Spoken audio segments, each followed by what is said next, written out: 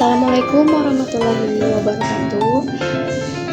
Perkenalkan, kami dari kelompok yang beranggotakan. Yang pertama ada saya sendiri, Divi Wulandari dengan nomor sambung F521210017, dan ada Hidayah Oktavia dengan nomor sambung F5212156, dan terakhir ada Natalia dengan nomor sambung F521211043. Nah, di sini kami akan membahas beberapa pembahasan yang diberikan dosen kami sebagai pengganti ujian UAS, pengganti UAS kami. Yang pertama itu ada konsep riset operasi, yang kedua ada metode linear programming, yang ketiga ada linear programming metode simplex, yang selanjutnya ada metode dual sensitivitas, dan kelima ada metode transportasi, ada pemrograman sasaran, dan terakhir ada pemrograman bilangan bulat. Nah, di sini saya akan membahas yang pertama yaitu konsep riset operasi. Nah, perkembangan riset operasi, yang pertama, riset operasi itu berasal dari bahasa Inggris dan merupakan suatu hasil studi antara tim militer bersama dengan para ilmuwan saat operasi militer saat Perang Dunia Kedua. Nah, yang selanjutnya itu tujuan mereka adalah mengefektifkan pengguna sumber-sumber kemiliteran yang serba terbatas. Nah, selanjutnya setelah perang selesai, potensi komersialnya segera disadari oleh penggunanya menyebar sampai ke Amerika Serikat, yang selanjutnya dikenal dengan nama riset operasi. Nah, sekarang pada saat ini banyak keputusan utama yang harus diambil oleh manajer dalam perusahaan untuk mencapai tujuan yang diinginkan perusahaan dalam situasi lingkungan yang serba terbatas ini.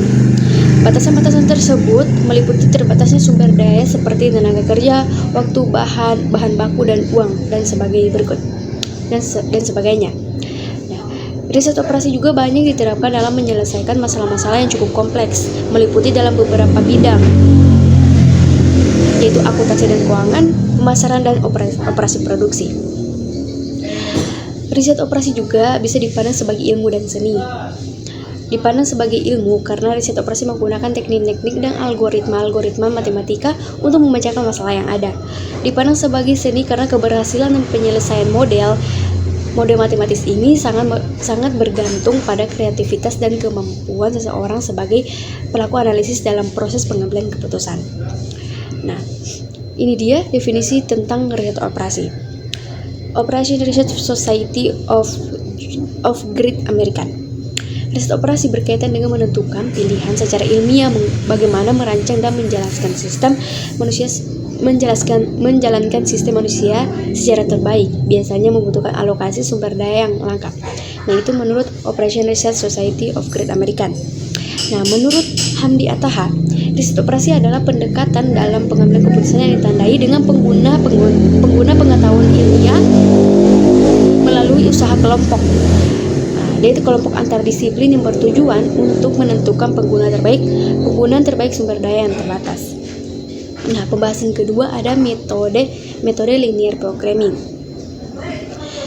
Metode linear programming ini adalah pendekatan matematis untuk memecahkan masalah optimasi yang melibatkan pemilihan variabel dengan memaksimalkan atau meminimalkan suatu fungsi objektif sambil mengatur sejumlah batas linear. Metode ini digunakan untuk menemukan solusi optimal di antara banyak kemungkinan solusi.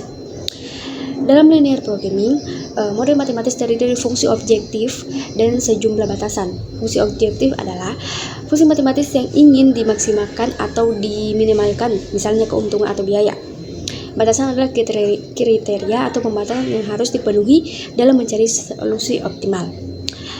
Metode linear programming juga sebagai alat kuat dalam bidang optimasi dan digunakan dalam berbagai industri dan bidang, seperti manajemen rantai pasokan, perencanaan produksi, pemodelan portofolio investasi, dan masih banyak lagi. Nah, selanjutnya di sini ada beberapa langkah umum dalam metode linear programming sendiri. Yang pertama itu menentukan variabel keputusan. Dia itu mengidentifikasi variabel yang akan diambil keputusannya untuk mencapai solusi yang optimal. Variabel ini juga merupakan faktor-faktor yang dapat diubah dalam masalah yang sedang dihadapi. Selanjutnya ada menyusun fungsi objektif. Dengan menentukan fungsi matematis yang dimaksimalkan atau diminimalkan. Fungsi ini didasarkan pada tujuan yang ingin dicapai, seperti memaksimalkan keuntungan atau meminimalkan biaya. Selanjutnya, menyusun batasan. Tentukan batasan-batasan yang harus dipenuhi dalam mencari solusi optimal. Batasan-batasan ini dapat berupa ketersediaan sumber daya, pembatasan produksi, atau pembatasan lainnya yang relevan dengan masalah yang sedang dihadapi. Selanjutnya, dengan membentuk mode matematis. Menyusun mode matematis yang mencerminkan fungsi objektif dengan batasan-batasan. Model ini biasanya berbentuk sistem persamaan linear. Nah, selanjutnya, menyelesaikan model matematis. Menerapkan metode linear programming untuk mencari solusi optimal dari mode matematis yang telah dibentuk. Metode ini melibatkan pengguna algoritma dan teknik optimasi untuk mencari nilai variabel yang memenuhi sebuah batasan dan memaksimalkan atau meminimalkan fungsi objektif. Nah, yang terakhir ada mengevaluasi dan menafsirkan solusi. Setelah mendapatkan solusi yang optimal tadi, evaluasi hasilnya ditafsirkan dalam konteks masalah yang sedang dihadapi. Periksa apakah solusi tersebut memenuhi semua persyaratan atau apakah solusi tersebut praktis atau tidak. Nah, untuk pembahasan selanjutnya akan dilanjutkan oleh teman saya. Kepada teman saya. Selanjutnya, linear programming metode simplex.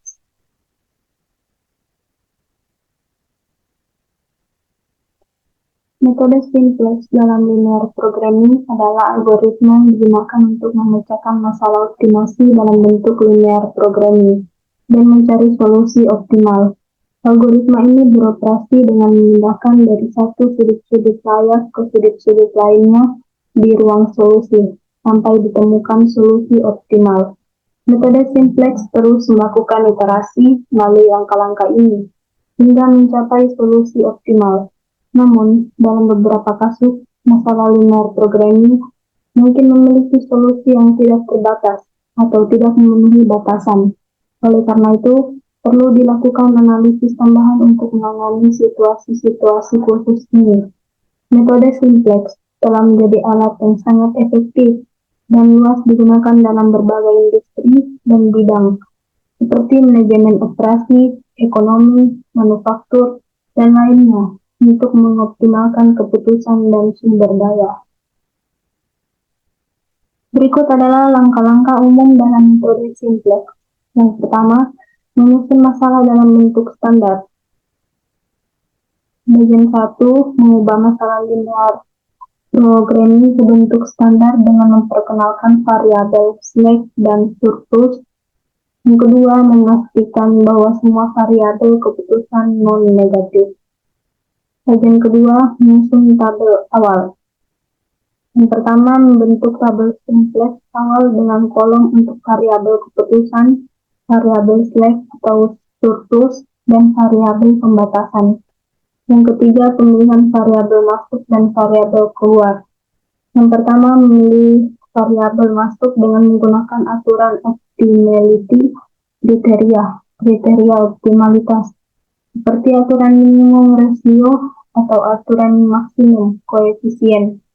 Yang kedua, memilih variabel keluar dengan menggunakan aturan pengisian kolom pivot, yaitu memilih kolom dengan nilai terendah atau terbesar di baris pivot. Yang keempat, perhitungan baris pivoting dan kolom pivoting.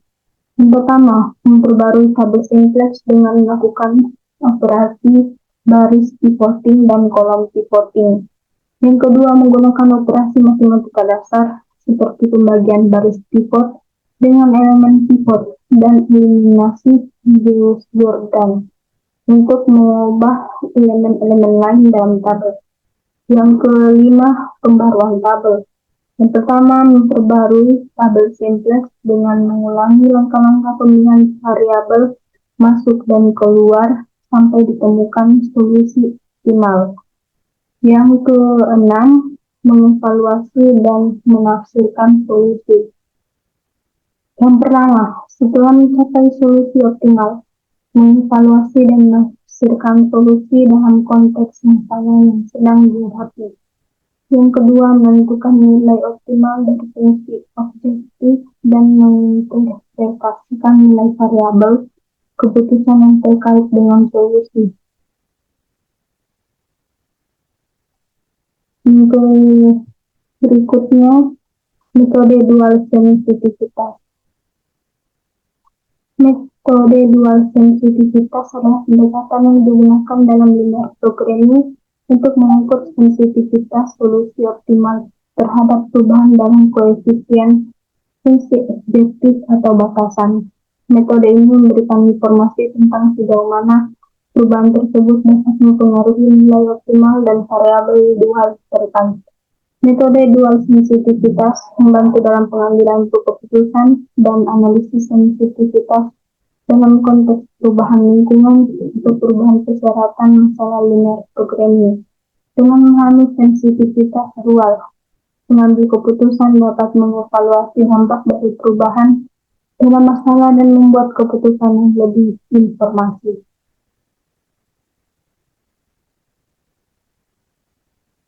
Berikut adalah langkah-langkah dalam metode dual sensitivitas. Yang pertama, menyelesaikan masalah linear programming. Bagian 1, gunakan metode simplex atau metode lainnya untuk menyelesaikan masalah linear programming dan mendapatkan solusi optimal. Yang kedua, menentukan model dual. Yang pertama, ubah masalah linear programming ke bentuk model dualnya. Ini melibatkan penentuan variabel dual, fungsi objektif dual, dan batasan dual.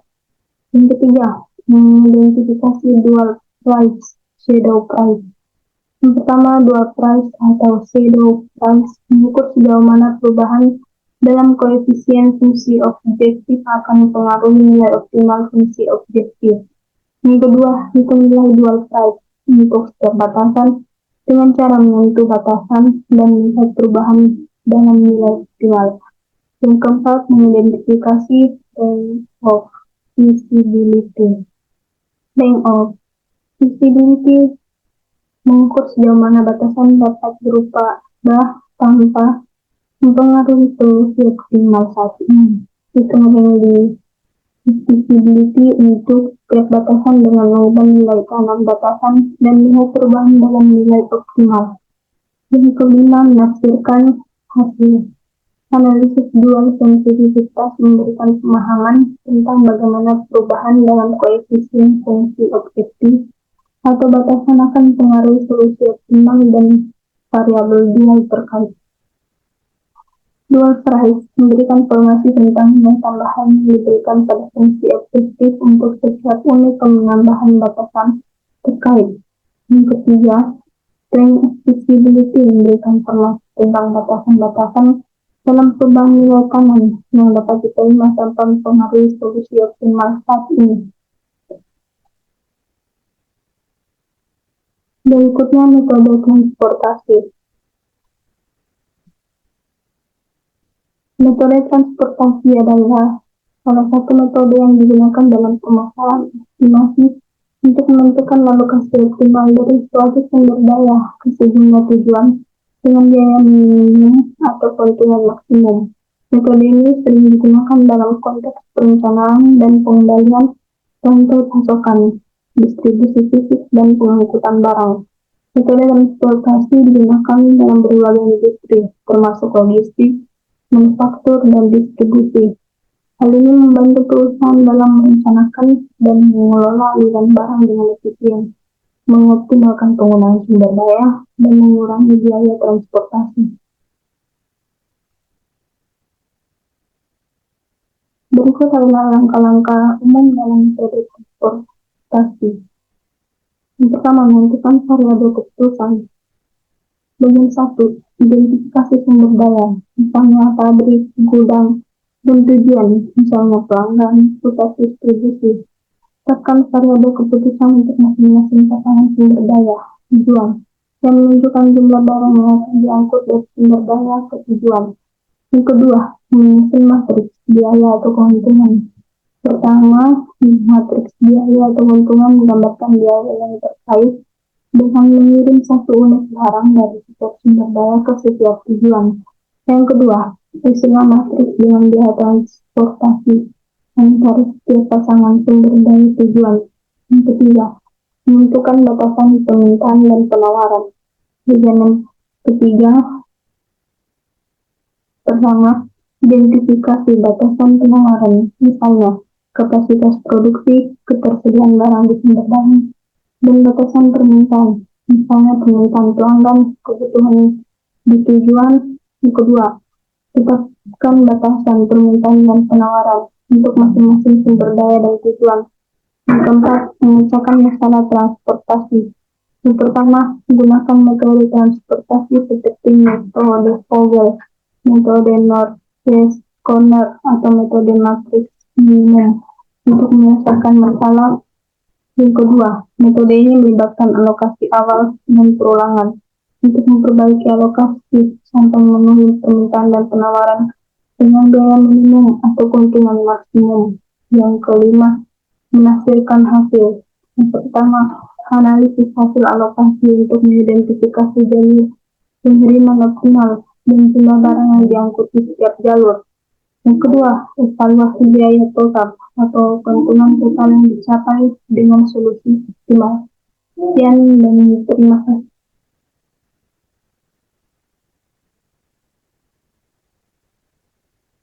Baik, yang kemudian ada pemrograman sasaran. Pemrograman sasaran atau goal programming adalah suatu teknik pemrograman matematis yang digunakan untuk mengatasi masalah optimasi dengan mempertimbangkan beberapa sasaran atau tujuan yang bersaing.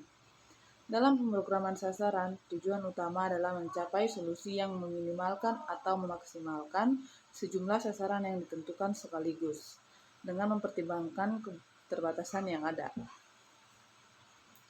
Pemrograman sasaran digunakan dalam berbagai bidang seperti perencanaan produksi, penganggaran, dan pengelolaan proyek dengan mempertimbangkan beberapa secara bersamaan.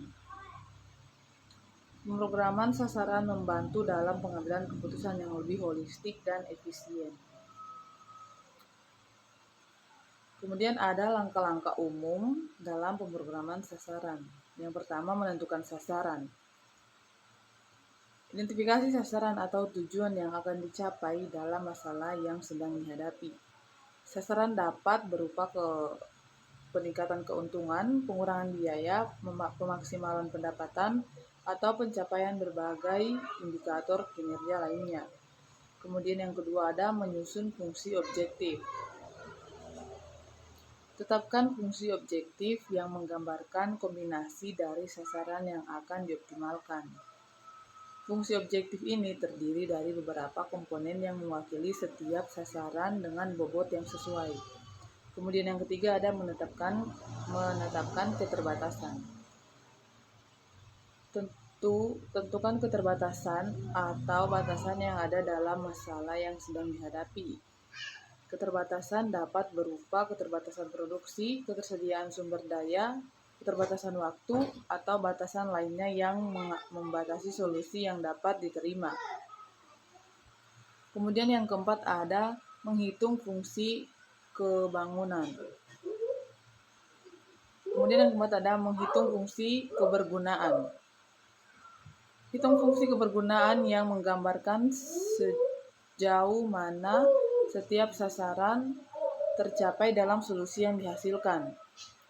Fungsi kebergunaan ini memberikan informasi tantangan sejauh mana setiap sasaran terpenuhi atau sejauh mana deviasi dari sasaran yang diizinkan.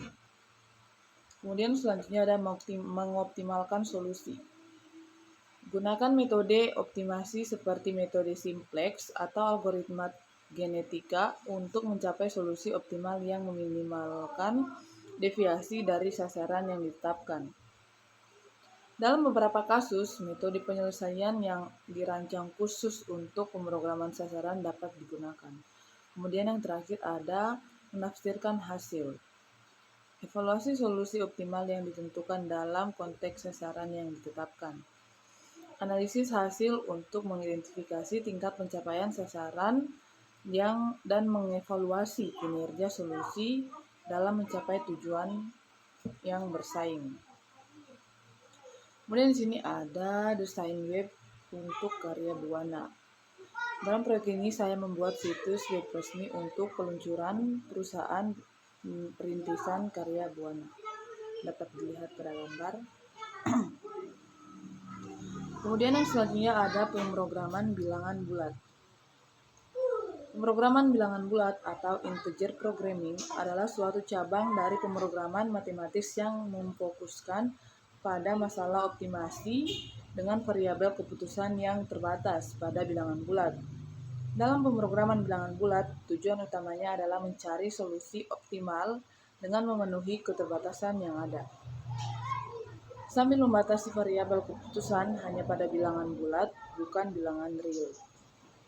Pemrograman bilangan bulat digunakan dalam berbagai bidang seperti perencanaan produksi, alokasi sumber daya, penjadwalan, dan optimasi kombinatorial. Dengan membatasi variabel keputusan pada bilangan bulat, pemrograman bilangan bulat membantu dalam menghasilkan solusi yang realistis dan praktis. Adapun langkah-langkah umum dalam pemrograman bilangan bulat. Yang pertama adalah menentukan variabel keputusan. Identifikasi variabel keputusan yang akan diambil dalam masalah yang sedang dihadapi. Tetapkan apakah variabel-variabel tersebut harus memiliki nilai bulat atau dapat mengambil nilai real. Kemudian yang kedua adalah menyusun fungsi objektif. Tetapkan fungsi objektif yang akan dioptimalkan. Fungsi objektif dapat berupa peningkatan keuntungan, pengurangan biaya, pemaksimalan pendapatan, atau tujuan lain yang ingin dicapai.